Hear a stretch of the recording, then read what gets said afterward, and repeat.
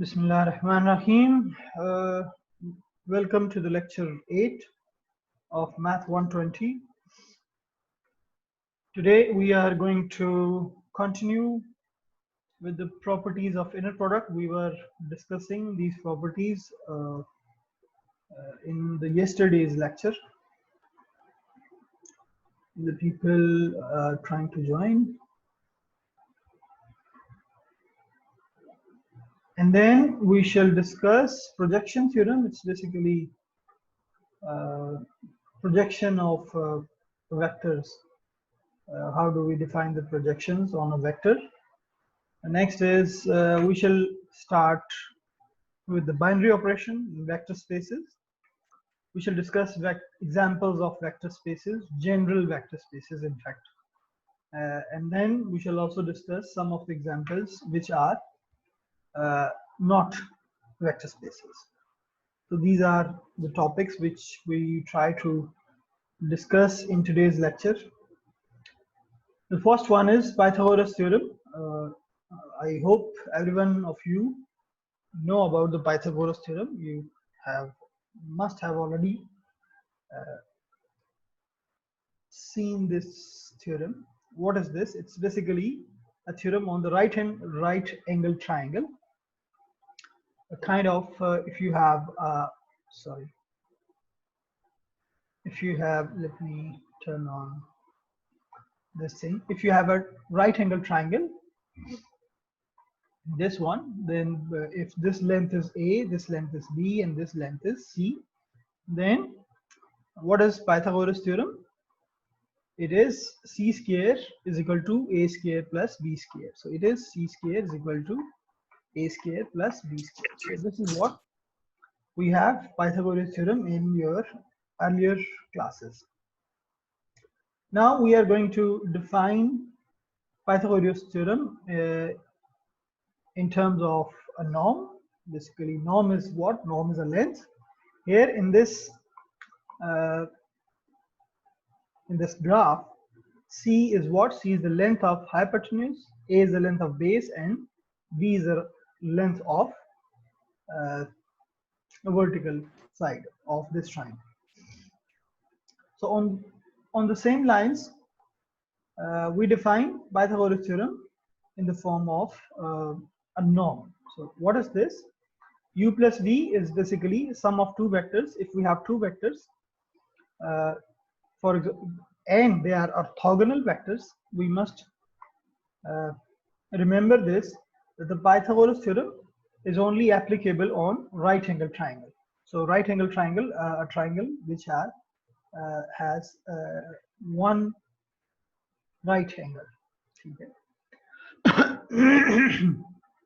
So we have orthogonal vectors. For example, we have these orthogonal vectors. This is your maybe let me this thing.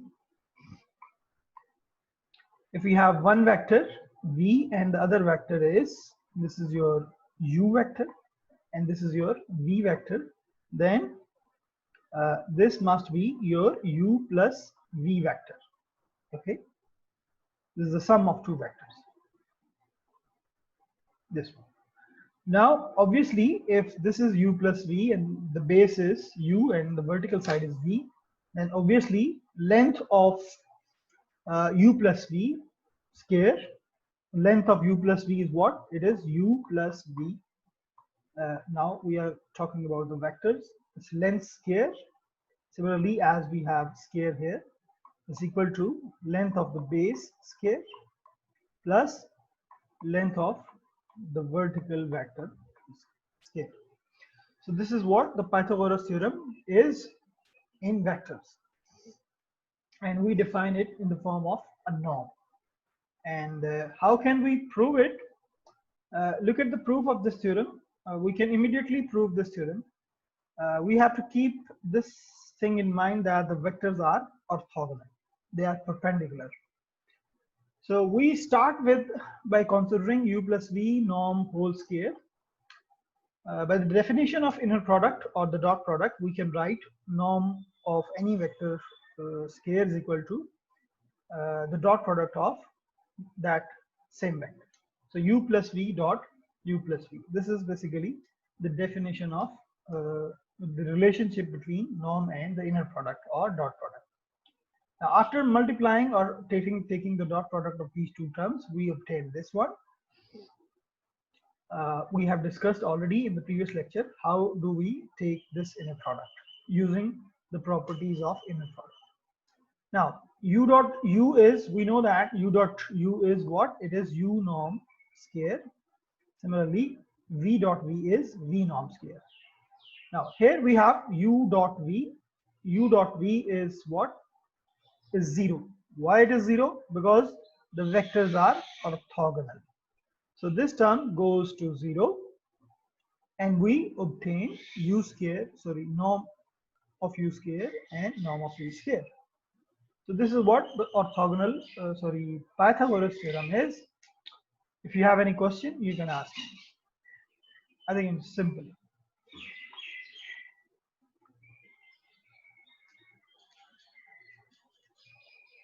The next is, there is an example. We need to prove the Pythagoras theorem here. We are given two vectors u and v. U is 1 minus 1 and v is 2, 2. We need to first verify that these two vectors are orthogonal. So in order to verify that u and v are orthogonal, we need to prove, or we need to check whether the dot product of these two vectors is 0. So we took dot product here. Yes. No. This. We took u dot v. It turns out to be 0. So u and v are orthogonal. We need to check first whether the given vectors are orthogonal or not. If they are orthogonal, then we proceed further and try to verify the Pythagoras theorem. So u norm is what? We can calculate u norm, we can calculate v norm. U norm is this one, v norm is this one, and then we add these two vectors first and then take the norm, u plus v and then norm. U plus v is 3, 1, its norm is here 3 square plus 1 square. So we must have 1 here. It's a typo mistake. So its norm is square root of 10. Now you can see that its square is 10 and the sum of the square of norms of u and v is also 10. So the Pythagoras theorem has been proved or verified. It was a simple. If you have any question, you can ask me. Here is another example. I hope you can see it. Do it yourself. It's very easy. Again, we are given two vectors and we need to verify the Pythagoras theorem. First, what we need to verify whether the given vectors u and v are orthogonal. The next identity is, we call it parallelogram equality or equation. So what is this? It is basically, if u and v are vectors in Rn, then u plus v norm square plus u minus v norm square is equal to 2 times norm u square plus norm of v square. This identity is being used in many other applications of inner product. So how can we prove it? We consider the left hand side, norm of u plus v whole square and norm of u minus v whole square by using the definition of inner product. What is that definition? Relationship between norm and inner product. We know that norm of any vector, its square is equal to what? It is the dot product of x with x. This is what the definition of the relationship between the norm and inner product. Now using this definition, we can write u plus v norm square is equal to u plus v dot u plus v plus u minus v dot u minus v.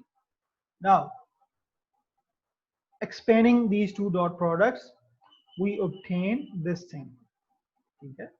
Because आपके पास यहाँ पे u dot u v dot v u dot u v dot v, ठीक है, ये 2 times आएंगे।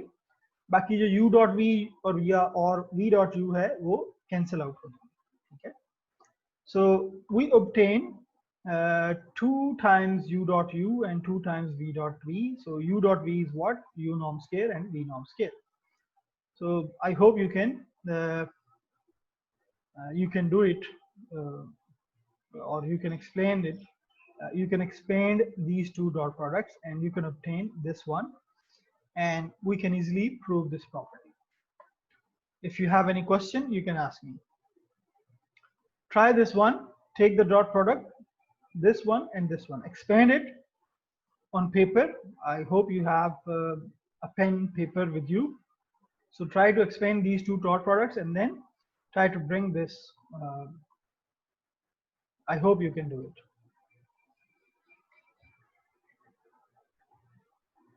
The next one is another theorem which basically relates the dot product with the inner product. This is also an important identity which we need to know, and we can also easily prove it. What is this identity? It basically, I already told you that it relates dot product with the norm of two vectors.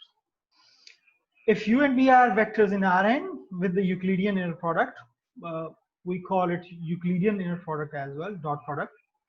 Then u dot v is equal to 1 by 4 times u plus v norm square minus 1 by 4 times u minus v norm square. So we need to prove it. So we start with the right hand side, this one. Let me turn on the annotation. We start with this one and then this one, okay. Norm of u plus v whole square is what? U plus v dot u plus v, and we expand it. After expanding it, we get norm of u square plus 2 u dot v plus v norm square. Similarly, we expand u minus v norm square and we obtain this one, okay. Now what we have to do, we have to subtract this from this. तो इसमें से इसको minus कर दें, इसमें से इसको minus कर दें, ठीक है। When you subtract it, what do we obtain? यहाँ पे माइनस आ जाएगा, ठीक है, यहाँ पे प्लस हो जाएगा और यहाँ पे माइनस, ठीक है, by the rules of subtraction, ठीक है। यहाँ पे माइनस हो जाएगा, ठीक है, ये कैंसिल हो जाएंगे, ये भी कैंसिल हो जाएंगे. What do we get? We get 4 times what? U dot v, ठीक है. तो 4 को आप आफ्टर यहाँ पे इस तरफ हमारे पास क्या है, हमने u plus v norm square में से माइनस किया है u minus v norm square, ठीक है. तो ये माइनस किया है हमने इसके स्क्वायर में से इसका स्क्वायर, ठीक है, यहाँ पे भी स्क्वायर है, ठीक है. अब ये 4 उस तरफ आप डिवाइड कर दें, so you get the required result, this one. Right, it's very easy. Still, if you have any question, you can ask me. Yes, Abad, go ahead, ask your question. Sir, product of u and v 0 नहीं होगा? क्यों भाई? Product नहीं, dot product. First of all. Dot product जैसे इधर है 2 into u dot v, तो ये 0 नहीं होगा? क्यों भाई? Why?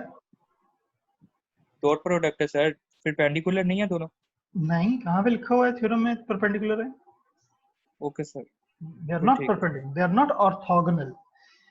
ये dot product 0 होगा only if the vectors are orthogonal. So we are not talking about orthogonal vectors. We are talking about any two general vectors. ठीक है? Okay sir, got it. Okay. Next is projection theorem. This is very important theorem. You would definitely use this theorem in your other courses as well in engineering courses maybe, or particularly in engineering courses, signaling system and many other courses. So if you have in this theorem, if u and a are vectors in Rn, we have two vectors.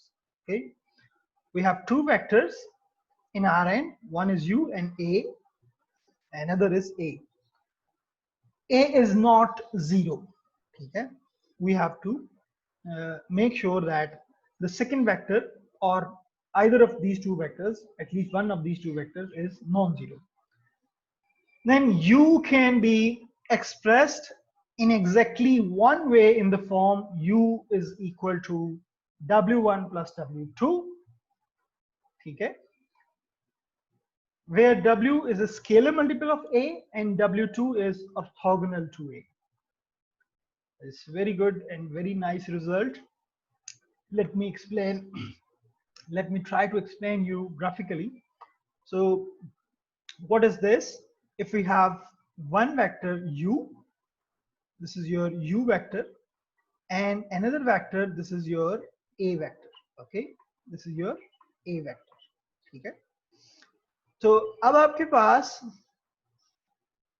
जो projections होंगी, ठीक है, u को हम u का component along the a, u का component, for example अगर आप देखें u के दो component होंगे basically u1 और u2, या सॉरी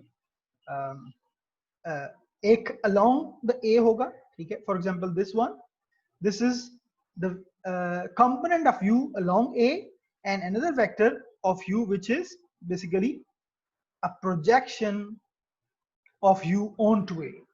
ठीक है, these are two vectors. ठीक है, so अब ये vectors हमने कैसे find करने हैं? हम u को we can write u always in the form of sum of two vectors w1 plus w2, where w1 is the scalar multiple of a, means यहाँ पे ये जो vector होगा, this one, this is your w1. ठीक है, this vector is what? It is the component of u along a, and it is always a scalar multiple of a. w1 is what? It is a scalar multiple of a, means a अगर एक छोटा vector है तो k times a क्या होगा? उससे बड़ा vector होगा, depending on the value of k. अगर k ग्रेटर देन 1 है, अगर k लेस देन 1 है और ग्रेटर देन 0 है, तो ये k टाइम्स a जो है मींस w1 उससे मैग्नीट्यूड में छोटा वेक्टर होगा. ठीक है, अगर k नेगेटिव है तो ये ऑपोजिट डायरेक्शन में चलेगा. But I hope you can understand that this would be the component of u along a, and w2 is another vector which will be basically orthogonal to a. ठीक है, ये वाला जो वेक्टर होगा, जो projection होगी u की on to a, ये वेक्टर होगा आपके पास w2, और ये w2 जो है ये ऑर्थोगोनल होगा a वेक्टर के साथ. ठीक है, मींस ये एंगल जो होगा ये 90 डिग्री का होगा. ठीक है, पाई बाय 2 एंगल ये बनाएगा. So this is what projection theorem is. If we have one vector u and another vector a should not be zero. अगर a zero हो गया तो आपका जो u के components हैं, ठीक है, w1 वो zero हो जाएगा. ठीक है, क्योंकि w1 is basically the multiple of a. So now we need to define what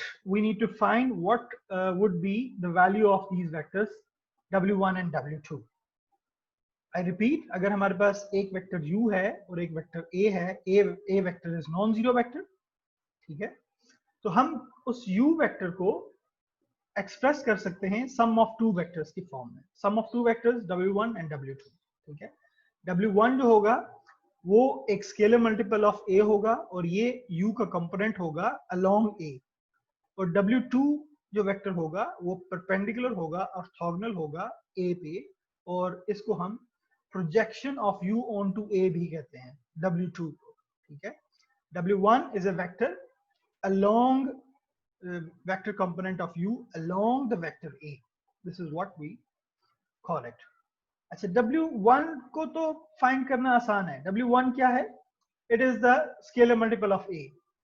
What is left to be calculated here only the value of k. अगर हमें k की वैल्यू पता चल जाए तो w की वैल्यू पता चल जाएगी, w1 की, क्योंकि a नोन है, k की वैल्यू हमें नहीं पता कि कितने टाइम्स या किस स्केलर से मल्टीप्लाई करें तो w1 आएगा, ठीक है. So we need to find the value of k and then we need to find the value of w2 जो कि ऑर्थोगोनल है a पे. So we need to find two things here, the value of k, the scalar k, and the value of vector w2. ठीक है, I hope you get it. अब देखें u को अगर हम w1 और प्लस w2 की फॉर्म में लिख सकते हैं और w1 हमारे पास ka है, तो हम यहाँ पे u को लिख सकते हैं k times a plus w2, this one. ठीक है. अच्छा, अब in order to find the value of k, what we do here, we take the dot product of u here with a, dot product of u with a, and here also the dot product of this vector with a. दोनों sides पे हमने क्या किया, dot product ले लिया with a. ठीक है. अब अगर डॉट प्रोडक्ट ले लिया हमने तो ये वाला डॉट प्रोडक्ट जो है ये अंदर जाके इससे मल्टीप्लाई होगा इनसे, तो यहाँ पे ये क्या हो जाएगा, k times a dot a. अब a डॉट a किसके इक्वल होगा, it would be norm of a square और फिर a का डॉट प्रोडक्ट w2 के साथ. ठीक है. यहाँ पे अब हमें पता है कि w2 जो है वो ऑर्थोगोनल है a के. अगर w2 ऑर्थोगोनल है a के तो w2 डॉट a जो है वो 0 होगा. ठीक है. अगर 0 होगा तो we are left with k norm of a square and u dot a. अब यहां से k की वैल्यू हम फाइंड कर सकते हैं. k की वैल्यू क्या होगी, k should be equal to u dot a, ठीक है, divided by norm of a square. ठीक है. अब यहाँ पे हमें पता है u भी हमें पता है, u भी गिवन है और a भी गिवन है. ठीक है. और a का नॉर्म हम कैलकुलेट कर सकते हैं and then finally we can find the value of k. ठीक है. अच्छा, k की वैल्यू तो हमें पता चल गई. अब क्या रह गया हमारे पास, w2 की वैल्यू अब हमने कैलकुलेट करनी है, w2. ठीक है. so let's move on the next slide and let's see how to find the value of w2. तो अब w2 हमें पता है u क्या है, सॉरी हमें पता है u क्या है, it is w1 plus w2. ठीक है. तो w2 क्या होगा, w2 की वैल्यू अगर आप w1 को उस तरफ ले जाएं तो w2 is u minus w1. हमें w1 की वैल्यू पता है, w1 की वैल्यू क्या है, k टाइम्स a, और k की वैल्यू हमें पता है ये है. ठीक है. तो यहाँ पे u माइनस यहाँ पे k की वैल्यू पुट कर दी हमने. ठीक है. So we get the value of w2 which is equal to this one. Now both unknowns are now we know them because we have been calculated them. Now the projection theorem is complete. If we have any two vectors u and a vector, a should not be 0, then we see that u can be expressed as a sum of two vectors w1 and w2. Okay, where w1 is what, k times a. ठीक है. w1 is k times a. ठीक है. और दूसरा जो vector है plus w2 क्या है, it is u minus u dot a. ठीक है. These are all vectors divided by a norm square into a. यहाँ पे डॉट प्रोडक्ट नहीं है, यहाँ पे डॉट प्रोडक्ट. ठीक है. So this is your w1 and this is your w2. So u can be expressed as the sum of two vectors w1 and w2. Now what is w1? w1 is the vector along a and w2 is the vector which is orthogonal to a. We denote them with a special kind of notation in the form of projections. So w1 जो है इसको हम in projection theorem is called the vector component of u along A, and is denoted by projection of u over A. Okay, this is how we read it. Projection of u over A. Okay, which is the vector component of u along A. The second is W2. W2 को हम कैसे describe करते हैं? This is basically the vector component of u orthogonal to A. ठीक है? तो ये भी एक vector component ही है basically, which is orthogonal to A. इसको हम कैसे define करते हैं? It is u minus projection of u onto A, because this is what? This is your W1. So it is u minus W1, which is equal to W2, or projection of u onto A is what? A minus u dot A divided by A norm square into A. यहाँ पे into A है, ठीक है? ये product है, dot product नहीं है. Remember this. So it is what? It is the vector component of u orthogonal to A. I hope you get it. If you have any question, you can ask me. Now let's do an example of this thing. We have two vectors in this example, u and A. You can see that A is not equal to 0.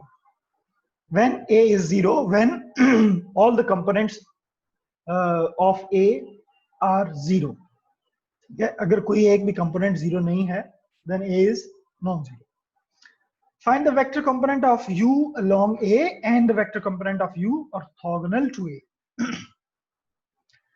यहाँ पे देखें, in order to find these two vectors, vector component of u along A and orthogonal to A, we need certain things. We need u dot A, we need norm of A square, ठीक है?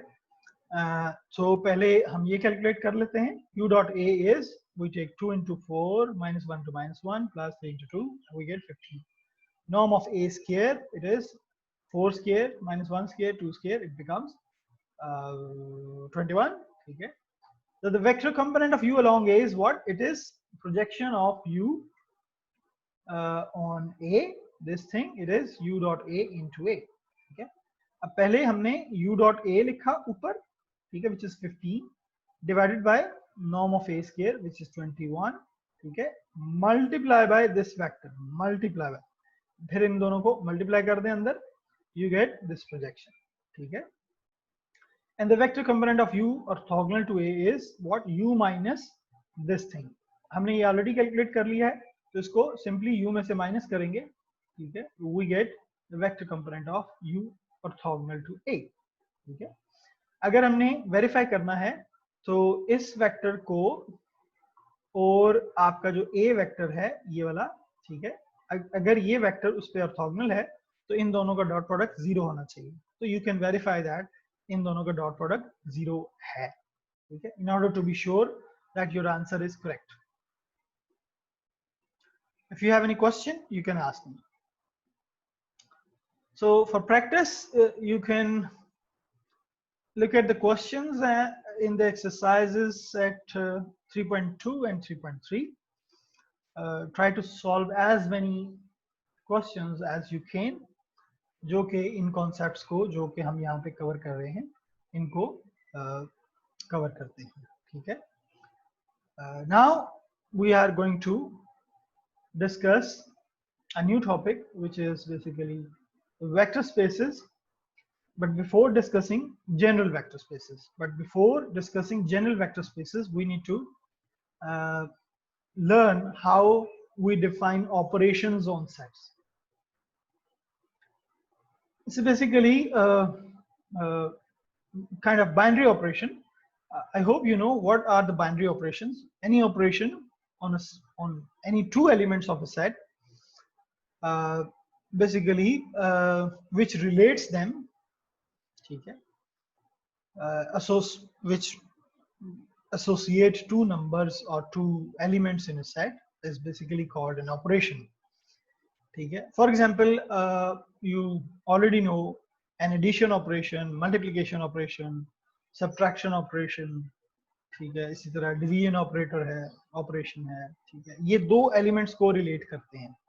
हमेशा सम दो elements का होता है, multiply हमेशा हम दो एलिमेंट्स को ही करते हैं। वो एलिमेंट डिफरेंट भी हो सकते हैं, सेम भी हो सकते हैं, ठीक है। इसी तरह यहाँ देखें, on the set of integers z और on the set of real numbers we work with addition and multiplication, ठीक है। हमने Rn पे भी डिफाइन किए थे, हमने Rn पे एडिशन डिफाइन की थी, हमने स्केलर मल्टीप्लिकेशन डिफाइन की थी। तो ये सारे के सारे ऑपरेशंस जो हैं दो एलिमेंट्स को एसोसिएट करते हैं, ठीक है। तो these are all called binary operation. In general हम उनको कैसे लिखते हैं, this is basically the way, ठीक है, या आगे चल के हम इनको मजीद भी डिफाइन करेंगे। This is basically binary operation which is addition, ठीक है। ये क्या कर रहा है, इन दो एलिमेंट्स को रिलेट कर रहा है। दो एलिमेंट्स हैं इसलिए हमने इसको ऑर्डर पेयर में लिख दिया, ठीक है। इसी तरह ये भी एक बाइनरी ऑपरेशन है, and what is this, it is basically a scalar multiplication binary operation है, ठीक है। और ये भी दो एलिमेंट्स को रिलेट कर रहा है, एक स्केलर और एक vector. So these are called binary operations because they associate an ordered pair of an element in V, or you can say two elements in some set. So this is what we call binary operation. Agar hum isko more, if we want to define it more formally, how do we define them? Basically, because the operations are defined, binary operations are defined on pairs, two elements.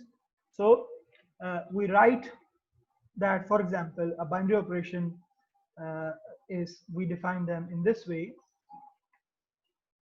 This one, this is a static binary operation. Static is general binary operation. It could be addition, it could be multiplication, it could be anything. So in general हमने इसको static लिख दिया। अब static किस पे operate होगा, दो elements पे, और दो एलिमेंट्स कहाँ से आएंगे, वो Cartesian product of v with v आएंगे, या Cartesian product of r with v आएंगे, ठीक है। जब v और v के साथ डिफाइन करेंगे तो this is basically generally an operation of addition, ठीक है। और यहाँ पे ये जो नॉट ऑपरेशन लगा हुआ है, ठीक है, it is between the set of scalars which is real number, and this is the set of vectors. तो ये दो, एक स्केलर और एक वेक्टर को एसोसिएट करता है। इसको भी हमने ऑर्डर पेयर में लिखा, और इसको हमने कहा कि C नॉट V है। ये यूजुअली हमारे पास स्केलर मल्टीप्लिकेशन ऑपरेशन होता है वेक्टर स्पेसेस में, ठीक है। स्केलर मल्टीप्लिकेशन Rn के एलिमेंट्स की भी हो सकती है, मैट्रिसेस की भी हो सकती है, ठीक है। पॉलिनोमियल के एलिमेंट्स के साथ भी स्केलर मल्टीप्लिकेशन हो सकती है, ठीक है। सिमिलरली ये जो स्टैटिक है, इट इज एडिशन। ये एडिशन दो वेक्टर्स की Rn के एलिमेंट की भी हो सकती है, मैट्रिसेस के सेट में से मैट्रिसेस की एडिशन हो सकती है। So we need to define further कि ये जो स्टैटिक है, ये अगर ये एडिशन ऑपरेशन है तो ये कौन सी एडिशन है। ये addition of vectors in Rn है, addition of vectors in matrices है, ठीक है, एडिशन ऑफ टू पॉलिनोमियल्स है, ठीक है। पॉलिनोमियल्स का भी एक सेट हो सकता है जिनको हम इन जनरल वेक्टर्स कहेंगे in the case of vector spaces. तो उनके दो एलिमेंट्स को, दो पॉलिनोमियल्स को कैसे ऐड करते हैं, it is different from the addition of elements in matrices. It is different from the addition of elements in Rn. So static को हम एक particular set में क्या होगा, ये इसको हमने define करना है आगे चल के, ठीक है। It depends on the nature of elements in the set. अगर matrices है तो ये static binary operation जो है ना, matrix addition का हो जाएगा। अगर हम polynomials की बात कर रहे हैं तो ये polynomials addition हो जाएगा, ठीक है। अगर हम Rn की बात कर रहे हैं तो ये Rn के वेक्टर्स के एडिशन हो जाएगा। सिमिलरली नॉट ऑपरेशन जो है, that is usually being considered the scalar multiplication. अब स्केलर मल्टीप्लिकेशन मैट्रिसेस में डिफरेंट होगी, Rn के वेक्टर्स के डिफरेंट होगी, पॉलिनोमियल्स में डिफरेंट होगी, और डिफरेंट सिचुएशंस में स्केलर मल्टीप्लिकेशन डिफरेंट होगी, ठीक है। So we need to define operations, particularly these two binary operations. The one is the static binary operation, which is usually defined to be the addition operation on the vector spaces, and the not operation is basically it is usually a scalar multiplication which we define between the scalars and the vectors. ठीक है, so examples मैंने यहाँ पे लिखी हुई हैं, further examples मैं next page पे आपको explicitly भी दूंगा. ठीक है, so these binary operations may include matrix addition, matrix scalar multiplication, ठीक है, polynomial addition and composition of functions as well. ठीक है, तो ये चीजें चल के हम आगे चल के मजीद इनको डिस्कस करते हैं with the help of examples. मसलन यहाँ पे operations on set है, example 1 है. ठीक है,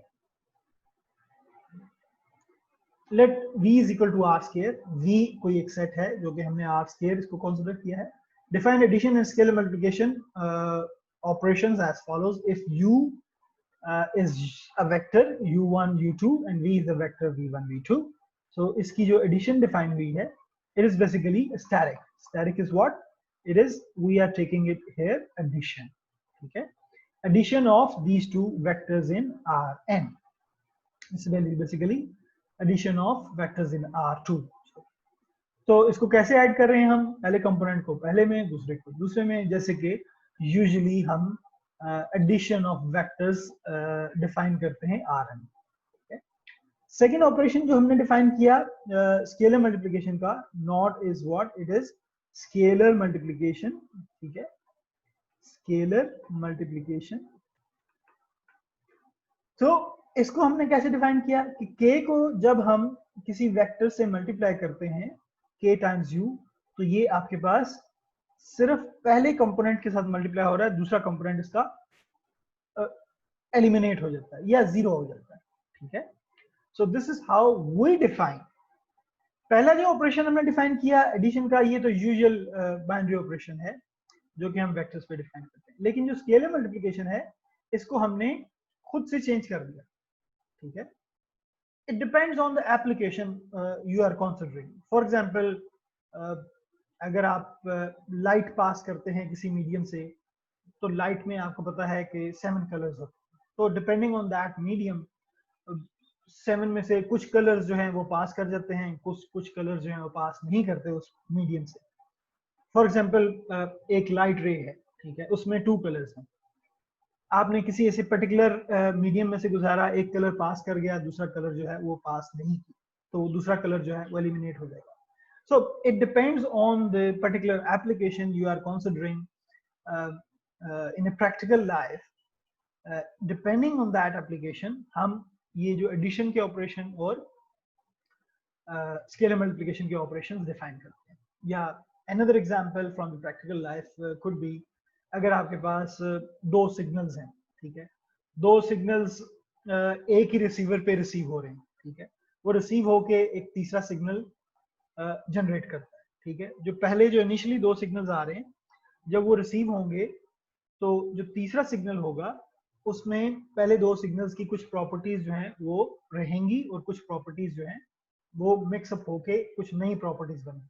फॉर एग्जाम्पल, पहले 2 सिग्नल्स की फ्रीक्वेंसी एक की 5 है, एक की 10 है. ठीक है, तो जो तीसरा सिग्नल है उसकी फ्रीक्वेंसी जरूरी नहीं है 5 और 10 का सम हो 15 हो, उसकी फ्रीक्वेंसी मे बी 7 हो, मे बी 12 हो, मे बी 25 हो जाए. तो things can change depending on the application. ठीक है, so depending on that application we define the sets and their elements and the operations on the elements of that particular set. So यहाँ पे हमने 2 binary operation define किए, एक addition जो कि usual है. देखिए, there are usual binary operations of addition and scalar multiplication. मसलन मैट्रिक्स की एडिशन, यूजुअल एडिशन क्या होगी, जैसे कि हम मैट्रिसेस में एडिशन करते हैं रिस्पेक्टिव कंपोनेंट्स को या रिस्पेक्टिव एलिमेंट्स को हम दूसरे मैट्रिक्स के रिस्पेक्टिव एलिमेंट्स में ऐड कर देते हैं, फर्स्ट को फर्स्ट में, सेकंड को सेकंड में. These are basically usual addition. अब हम इस एडिशन को चेंज भी कर सकते हैं. The definition of addition could be changed depending on the nature of elements and depending on the application you are working on. ठीक है, कोई भी प्रैक्टिकल प्रॉब्लम है. तो यहाँ पे स्केलर मल्टीप्लिकेशन को, this is not a usual scalar multiplication. Usual scalar multiplication में क्या होता है, यूजुअल में तो होता है ना कि हम k को जब a से u से मल्टीप्लाई करते हैं तो ये k पहले कंपोनेंट से भी मल्टीप्लाई होता है और k दूसरे कंपोनेंट से भी मल्टीप्लाई होता है। लेकिन यहाँ पे हम इसको डिफरेंटली डिफाइन कर रहे हैं depending on the nature of your application. तो हम क्या कर रहे हैं, k को जब u से मल्टीप्लाई करते हैं means k times u1 u2 है, तो ये क्या होगा, k सिर्फ पहले के साथ कंपोनेंट के साथ मल्टीप्लाई होगा और दूसरा कंपोनेंट जो है वो 0 हो जाएगा। This is how we define और सेल्फ स्केलर मल्टीप्लिकेशन। ठीक है, this is not usual scalar multiplication. It is different depending on the situation. I hope you get this point. If you have any question, you can ask me. Similarly, we can change the nature of the addition as well. ठीक है, मैं यहाँ पे ये कह सकता हूँ कि addition को मैं define कर रहा हूँ u plus v. It depends on the application you are working on. मैं इसको define कर रहा हूँ maybe u1 plus v2 or u2 plus v1. I can change, ठीक है, depending on the requirement, ठीक है, in the practical problem, in the daily life problem. ठीक है, मैंने यहाँ पे इसको क्या चेंज कर दिया, वैसे यूजुअली क्या होता है, u1 v1 में ऐड होता है और u2 v2 में ऐड होता है। And depending on the application I am working on, मैं इसको चेंज कर सकता हूँ इस बाइनरी ऑपरेशन को, एडिशन को। मैं कह रहा हूँ कि ये इस तरह ऐड नहीं होते, यूजुअल से ऐसे ऐड नहीं होते हमारी एप्लीकेशन में। u1 v2 में ऐड हो रहा है, u2 v1 में ऐड हो रहा है। Now I have change the nature of the addition, ठीक है, definition of addition I have change it. So it depends on the application you are working on, the practical problem you are working on, that how do we define the operations, binary operations of addition and scalar multiplication. And maybe addition of matrices, scalar multiplication of matrices, we can change these operations depending on the application we are working on or the daily life problem we are working on. I hope you get these points. These are very crucial points, very important points in order to understand better these kind of concepts, vector spaces, and the further topics in this course. If you have any question, you can ask me. If no, another example. यहाँ पे देखें हमारे पास एक set of positive real numbers है, ठीक है, positive real numbers है, set of positive real numbers. Remember हमारे पास दो एलिमेंट्स हैं रियल नंबर्स के, u और v। हम वैसे तो आपके पास रियल नंबर्स में एडिशन कैसे होती है, आप 2 प्लस 3 अगर करते हैं रियल नंबर्स में तो ये 5 हो जाएगा, ठीक है। लेकिन अकॉर्डिंग टू दिस डेफिनेशन जो कि हमने यहाँ पे डिफाइन की हुई है, ठीक है, ये डेफिनेशन हमें क्या कह रही है, this definition tells us that when we add up two real numbers, this one, it is basically 6 not 5। Why? Because जब हम इन दो को ऐड कर रहे हैं तो बेसिकली हमने क्या करना है, इनका प्रोडक्ट लेना है, ठीक है। तो यहाँ पे हम इसको कैसे डिफाइन कर रहे हैं, हम इसको डिफाइन कर रहे हैं 2 multiply by 3 which is 6, ठीक है। We have changed the nature of the addition here, the definition of addition here, the binary operation को हमने चेंज कर दिया। जैसे कि मैंने आपको एग्जांपल दी थी कि दो सिग्नल्स आ रहे हैं, एक रिसीवर ने इनको दो सिग्नल्स को ऐड अप किया, तो तीसरा सिग्नल जब वहां से जनरेट किया तो तीसरे सिग्नल की जो प्रॉपर्टी है या फ्रीक्वेंसी है, फॉर एग्जाम्पल पहले में दो सिग्नल्स हैं, एक की फ्रीक्वेंसी 2 है, एक की 3 है। जब तीसरा सिग्नल जनरेट किया तो तीसरा सिग्नल जो उन दो सिग्नल से बना है उसकी फ्रीक्वेंसी 6 है, ठीक है। अब 5 नहीं है, यूजुअल एडिशन नहीं है। So depending on the nature of application, depending on the practical problem you are working on, we may change the definition of addition, definition of scalar multiplication, ठीक है। तो अब दूसरी जो स्केलर मल्टीप्लिकेशन डिफाइन की गई है यहाँ पे, what about that, scalar multiplication में यहाँ पे क्या है कि जब k किसी u से मल्टीप्लाई होता है, जब k किसी u से मल्टीप्लाई होता है, मसलन अगर आप यूजुअली देखें यहाँ पे 2 है ये, और रियल नंबर्स में u जो है वो मे बी 5 है, तो इसका आंसर क्या होना चाहिए? 10 होना चाहिए, usual. This is usual multiplication in real numbers.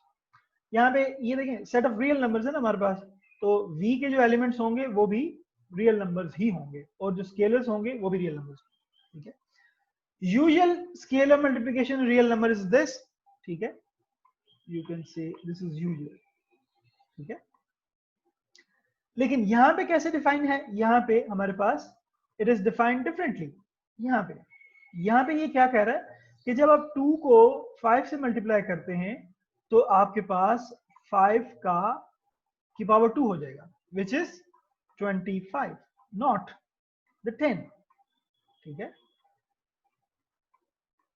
which is equal to 25. This is how we define the scalar multiplication, ठीक है। If you have any question, you can ask me. Somebody is trying to write on my screen. I hope you got it. If you have any question, you can ask me. This is usual and this is, you can say, unusual.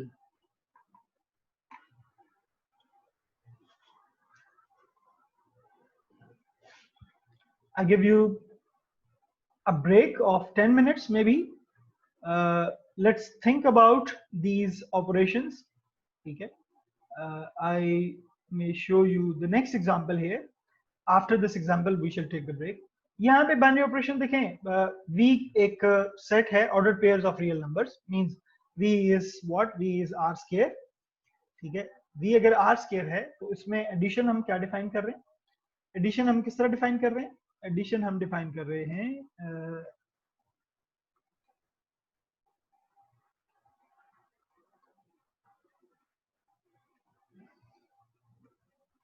यहाँ पे हम addition कैसे define कर रहे हैं? अगर u हमारे पास u1 u2 है और v1 v2 है, तो अगर हम दोनों को ऐड करेंगे तो पहला कंपोनेंट पहले कंपोनेंट में ऐड होगा प्लस एक और 1 भी ऐड होगा, ठीक है। दूसरा कंपोनेंट दूसरे कंपोनेंट में ऐड होगा और एक और 1 भी ऐड होगा। This is what, this is how we are defining the addition on two vectors in R scale, ठीक है। और स्केलर मल्टीप्लिकेशन कैसे है? Scalar multiplication usual scalar multiplication है, जैसे कि हम डिफाइन करते हैं आर स्केयर में, वो स्केलर जो है वो दोनों कंपोनेंट के साथ मल्टीप्लाई होगा, ठीक है। तो यहाँ पे एडिशन डिफरेंटली डिफाइन की गई है, स्केलर मल्टीप्लिकेशन यूजुअल डिफाइन की है। पिछले एग्जांपल में क्या था? एडिशन यूजुअल थी और स्केलर मल्टीप्लिकेशन डिफरेंट थी। सो it depends, I already told you कि it depends on the nature of practical problem or application which you are working on, कि उसमें आपने कोई एक बाइनरी ऑपरेशन डिफरेंटली डिफाइन किया है या दोनों डिफरेंटली डिफाइन कर सकते हैं, depending on the nature of your problem. यहाँ पे जब भी हम दो एलिमेंट्स को ऐड करेंगे, दो वेक्टर्स को, तो हम पहले कंपोनेंट और दोनों के पहले कंपोनेंट को ऐड करने के बाद 1 भी ऐड करेंगे उसमें, ठीक है। So this is how we define binary operation here, ठीक है। यहाँ पे फिर हम जनरल वेक्टर स्पेसेस की डेफिनेशन को प्रॉपर्ली डिस्कस करेंगे and then we will discuss the examples. यहाँ पे ये आप इन ऑपरेशंस ऑन सेट्स को देखें, ठीक है। ड्यूरिंग द ब्रेक 10 मिनट्स आप पानी शानी पी लें और फिर इस पे सोचें थोड़ा सा साथ साथ। अगर आपको क्वेश्चन होता है तो after the break we shall discuss it. Now tell me, the question is, now we are going to discuss general vector spaces. It is approximately the same definition as of Euclidean vector spaces, but the difference here is now we can include some other sets as a vector spaces. For example, matrices, we shall discuss the vector spaces of matrices. maybe polynomials, set of polynomials, and many other. Now, general vector spaces, by definition, let V be a set with two operations, vector addition and scalar multiplication. Okay, जो कि दो binary operations हम define करेंगे किसी भी set V पे, ठीक है? और we say that V is a vector space over the real numbers R. Over the real numbers R, when we say it, we mean by it that the scalars will be from R. Okay, the set V, it could be any set, but the scalars we choose always from the set of real numbers. In this course, we can choose from complex numbers as well, but the scalars from the complex numbers, they are not included in this course. You would discuss them in the linear algebra 2 course. So in general vector spaces in this course, we shall always take scalars from the set of real numbers, and let V be any set, and we define two operations, binary operations, it's vector addition and scalar multiplication on the elements of V. If for example, for all U, V, and W in V and scalars C and D, the following properties should be satisfied by the elements of V and scalars. I told you in the Euclidean vector spaces case that we have first 5 properties with respect to the vector addition, and the next 5 properties with respect to the scalar multiplication. First 5 properties are, they include basically, first one is the Cleuer law or Cleuer under addition. Cleuer under addition kya hai? What is it? If we have any two elements in V, then their sum should also belongs to V. This is what the Cleuer property is. In this case, we say that V is closed set.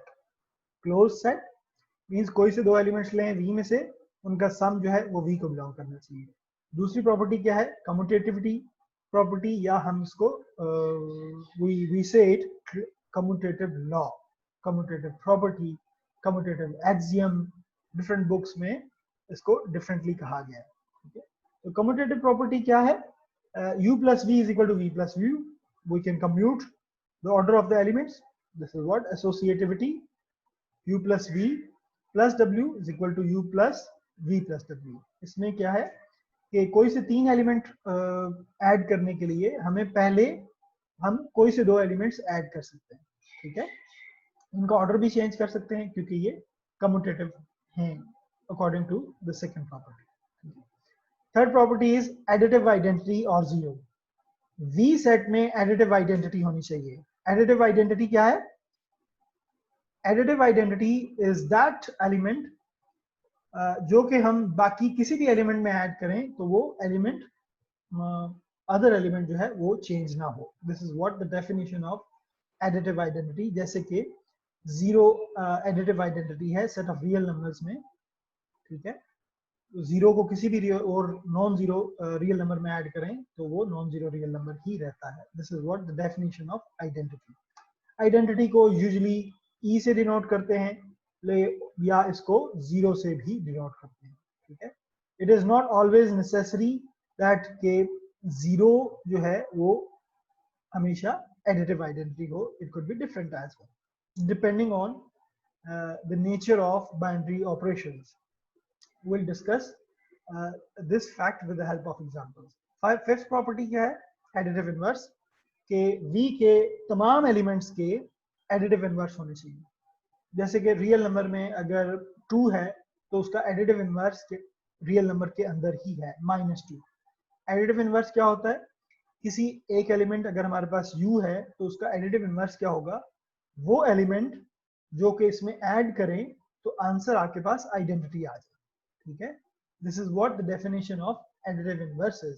जैसे कि यहाँ पे define है, अगर हमारे पास U element है, X अगर उसका एडिटिव इनवर्स है तो U और X का जो सम है it should come to the additive identity, ठीक है? तो X को हम क्या कहेंगे कि ये इसका U का एडिटिव इनवर्स है, ठीक है। So this is the definition of additive inverse. If you have any question till here, you can ask me. Next is the other 5 properties with respect to the scalar multiplication. ये भी हमने discuss की हुई हैं when we discuss the Euclidean vector spaces. The first property, or you can say the 6th property in this case, is closure under scalar multiplication. Closure under scalar multiplication क्या है कि अगर v के किसी भी वेक्टर को किसी भी स्केलर से मल्टीप्लाई करें, स्केलर रियल नंबर होना चाहिए, तो इन दोनों का जो स्केलर मल्टीप्लिकेशन है, मीन इन दोनों का जो प्रोडक्ट है वो v को बिलोंग करना चाहिए, ठीक है। This is called closure law, closure property और closure under scalar multiplication. Seventh property is distributivity property. अगर एक स्केलर को हम सम ऑफ टू वेक्टर से मल्टीप्लाई करें या पहले स्केलर को वेक्टर से मल्टीप्लाई करें बाद में सम लें, so this is same, ठीक है। this is what the distributivity 1 property. distributivity 2 क्या है? पहली में दो वेक्टर्स हैं, एक स्केलर है। दूसरी प्रॉपर्टी में distributivity 2 में क्या है? दो स्केलर्स हैं और एक वेक्टर है। रिमेंबर दिस, ठीक है। यहाँ पे दो वेक्टर्स हैं, एक स्केलर है, और यहाँ पे दो स्केलर्स हैं और एक वेक्टर, ठीक है। तो c plus D times u, ये क्या है? cu प्लस डी यू के इक्वल होता है हमेशा। 9th property is associativity property, लेकिन यहाँ पे एसोसिएटिविटी प्रॉपर्टी जो है वो स्केलर मल्टीप्लिकेशन के लिए है। इसमें अगर हमारे पास दो स्केलर्स हैं, एक स्केलर को पहले वेक्टर से मल्टीप्लाई करें, स्केलर मल्टीप्लिकेशन लें, बाद में दूसरे से मल्टीप्लाई करें, या पहले दोनों स्केलर्स का प्रोडक्ट लेके फिर वेक्टर से मल्टीप्लाई कर दें, it is the same thing. The last property is the multiplicative identity with respect to scalar multiplication. 1 को अगर हम किसी भी वेक्टर से मल्टीप्लाई करें तो आंसर उसका 1 को अगर u से मल्टीप्लाई करें तो u ही रहना चाहिए। This is what we call multiplicative identity with respect to scalar multiplication. So these are 10 properties. अगर हमने प्रूफ करना है कि कोई भी सेट वेक्टर स्पेस है तो हमने ये 10 की 10 प्रॉपर्टीज को प्रूफ करना है उस सेट के एलिमेंट्स के लिए। और एलिमेंट्स क्या है? तमाम के तमाम एलिमेंट्स को ये प्रॉपर्टी सेटिस्फाई करनी चाहिए फॉर एनी एलिमेंट्स, ठीक है। अगर कोई से दो एलिमेंट, कोई एक एलिमेंट, अगर ये कोई एक प्रॉपर्टी भी सेटिस्फाई नहीं करता तो ये ओवरऑल जो सेट V है वो वेक्टर स्पेस नहीं होगा, ठीक है। 10 की 10 प्रॉपर्टी सेटिस्फाई होनी चाहिए। कोई एक प्रॉपर्टी भी सेटिस्फाई नहीं होती, we stop there and we say that the set V is not a vector space, ठीक है। अब हम इस सारी डेफिनेशन को with help of examples discuss करते हैं, ठीक है। लेट्स हैव, अच्छा, एग्जांपल से पहले one thing which you need to know is कि किसी भी वेक्टर स्पेस सेट के बेसिकली उसमें चार चीजें होती हैं, ठीक है। एक सेट V होल, दूसरा सेट ऑफ स्केलर्स जो कि यहाँ पे सेट ऑफ रियल नंबर्स है, और दो बाइनरी ऑपरेशंस। ये चार चीजें हमें जरूरत होती हैं किसी भी सेट V को वेक्टर स्पेस प्रूफ करने के लिए, ठीक है। Set V itself, set of scalars which is set of real numbers, और दो बाइनरी ऑपरेशंस जो कि उन एलिमेंट्स V के एलिमेंट्स को हम कैसे ऐड करेंगे और स्केलर मल्टीप्लिकेशन कैसे करेंगे V के एलिमेंट्स के साथ। So these four things we need to prove the vector spaces. Let's have the first example जो कि हमने ऑलरेडी पहले हम पढ़ चुके हैं। The set of real number is a general vector space. इसके तमाम एलिमेंट्स जो हैं ये सारी की सारी 10 की 10 प्रॉपर्टी सेटिस्फाई करती हैं। Set R square, R cube, Rn, ये हमने पिछले लेक्चर्स में जब हम यूक्लिडियन वेक्टर स्पेस डिस्कस किया था तो हमने देखा था कि Rn के एलिमेंट्स 10 की 10 प्रॉपर्टीज सेटिस्फाई करते हैं, ठीक है। Under the scalar under the addition and scalar multiplication defined by this, ठीक है। This is basically called the usual addition and scalar multiplication, ठीक है। ये यूजुअल है जो कि जनरली Rn के एलिमेंट्स पे डिफाइन की जाती है, लेकिन हम इसकी डेफिनेशन को, एडिशन को और स्केलर मल्टीप्लिकेशन को चेंज भी कर सकते हैं, जैसे कि हमने ऊपर पहले बाइनरी ऑपरेशंस जब हम डिस्कस कर रहे थे तो हमने एग्जांपल्स डिस्कस की थी, ठीक है। So these are vector spaces. R vector space है, R स्क्वायर है, R क्यूब है, Rn है, ठीक है। If you have any question, you can ask me. Otherwise, we are going to discuss a different definition, also a different example. In this example, the set V is what? It is R1 square. R1 square set क्या है? R1 square is R square के ही elements हैं, लेकिन कौन से elements हैं? इसमें ordered pair में x हमेशा ग्रेटर देन इक्वल टू 0 होना चाहिए, y भी हमेशा ग्रेटर देन इक्वल टू 0 होना चाहिए, ठीक है? तो ये एक सेट है, और ये ग्राफिकली अगर हम इसको देखें तो ये सेट क्या है? It is the first quadrant of two dimensional plane. अगर हमारे पास यहाँ पे x, यहाँ पे y, तो ये R1 सेट जो होगा वो क्या होगा? ये हमारे पास लेट मी सी के, हाँ, R1 सेट जो होगा वो हमारे पास ये फर्स्ट क्वाड्रेंट पूरे का पूरा होगा, ठीक है? सो दिस वन, ठीक है, including x equal to 0 and y equal to 0, ये हमारे पास R1 स्क्वायर सेट होगा, ठीक है, दिस वन। अब हमने प्रूव करना है कि ये R1 स्क्वायर जो सेट है ये वेक्टर स्पेस है with the usual addition and scalar multiplication, ठीक है? अच्छा, इसको प्रूव करने के लिए हमने 10 प्रॉपर्टीज को प्रूव करना है, ठीक है? तो पहली अगर देखें प्रॉपर्टी, तो पहली प्रॉपर्टी क्या है? क्लोजर प्रॉपर्टी हमने प्रूव करनी है। इसको प्रूव करने के लिए हमें क्या चाहिए? हमें दो एलिमेंट्स चाहिए, और हमने प्रूव क्या करना है कि इनका सम भी जो है वो R1 स्क्वायर को बिलोंग करता है, ठीक है? हमने दो एलिमेंट्स ले लिए R1 स्क्वायर में से, U एंड V। अच्छा, ये किस किस्म के एलिमेंट्स होंगे? U U1 U2 होगा, और V जो है V1 V2 होगा, ठीक है? लेकिन U1 greater than equal to 0 होगा, U2 भी ग्रेटर देन इक्वल टू 0 होगा, V1 भी ग्रेटर देन इक्वल टू 0 होगा, और V2 भी ग्रेटर देन इक्वल टू 0 होगा। अच्छा, फिर हमने क्या किया? हमने इसका सम ले लिया, ठीक है? यूजुअल एडिशन है, तो पहला कंपोनेंट पहले कंपोनेंट में ऐड होगा, दूसरा दूसरे में ऐड होगा, ठीक है? लेकिन नाउ द क्वेश्चन इज कि ये R स्क्वायर को बिलोंग करेगा या नहीं, R1 स्क्वायर को, ठीक है? द क्वेश्चन इज दिस, ठीक है? ये R1 स्क्वायर को कब बिलोंग करेगा? जब इस वेक्टर का पहला component greater than equal to 0 होगा, और दूसरा कंपोनेंट भी ग्रेटर देन इक्वल टू 0 होगा, ठीक है? ये हमने प्रूव करना है कि अगर पहला कंपोनेंट और दूसरा कंपोनेंट दोनों ग्रेटर देन इक्वल टू 0 है, तो ये फिर R1 स्क्वायर को बिलोंग करेगा। अब देखें, अगर U1 greater than equal to 0 है और V1 greater than equal to 0 है, तो दोनों अगर ग्रेटर देन इक्वल टू 0 है, तो इनका सम भी डेफिनेटली क्या होगा? ग्रेटर देन इक्वल टू 0 होगा, ठीक है? So as U1 plus V1 is greater than equal to 0, similarly we can say that अगर U2 greater than equal to 0 है, V2 greater than equal to 0 है, तो उसका सम भी greater than equal to 0 होगा। अगर ये दोनों इस प्रॉपर्टी को सेटिस्फाई करते हैं, तो डेफिनेटली U plus V जो है वो R1 स्क्वायर को बिलोंग करेगा, ठीक है? So this is the first property has been proved, ठीक है? Now let's go to the next property. अगर आपका कोई क्वेश्चन है तो you can ask me. The property 2 is commutative law. Commutative law basically R1 square के अगर दो एलिमेंट्स लेते हैं तो commutative law definitely hold करेगा। ये आप देख सकते हैं यहाँ पे, अगर U plus V U1 plus V1 है, U2 plus V2 है, तो इसके एलिमेंट्स का ऑर्डर हम चेंज कर सकते हैं। चेंज करने के बाद हम इसको दोबारा सेपरेट लिख दें तो commutative law होल्ड करेगा। Similarly, you can see that associative law hold करता है। Next is identity element. Identity element क्या होगा? इसमें 0 0 होगा, ठीक है? अगर हम U में 0 0 ऐड करें तो U ही रहेगा, और 0 में अगर U ऐड करें तो ये भी U ही रहेगा, ठीक है? It means के U में अगर हम 0 ऐड करें from the right और from the left तो U ही रहता है। It means ये जो identity element जो है ये exist करेगा R1 स्क्वायर में।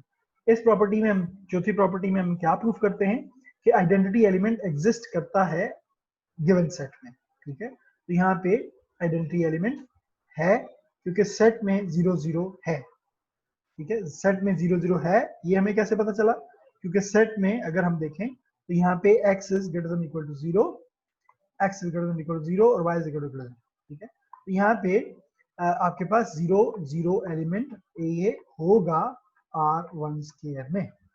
तो ये क्या होगा? ये एक जीरो एलिमेंट है which is additive identity. So additive identity R के अंदर मौजूद है, एग्जिस्ट करती है, ठीक है। This is what we have to make sure. Next is the inverse elements. Now someone tell me inverse element होंगे इस सेट में?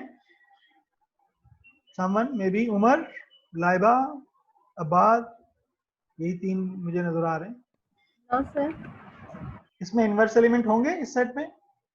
No. Additive inverse. Sir, condition is greater or equal to 0 और square C condition है in R. So that's why square नहीं है यहाँ, there is no square, it is R2। R2 का मतलब यहाँ पे R1 स्केयर नहीं है, R12 है। R12 का मतलब है कि ये ऑर्डर्ड पेयर्स का सेट है, R स्केयर वाला, ठीक है।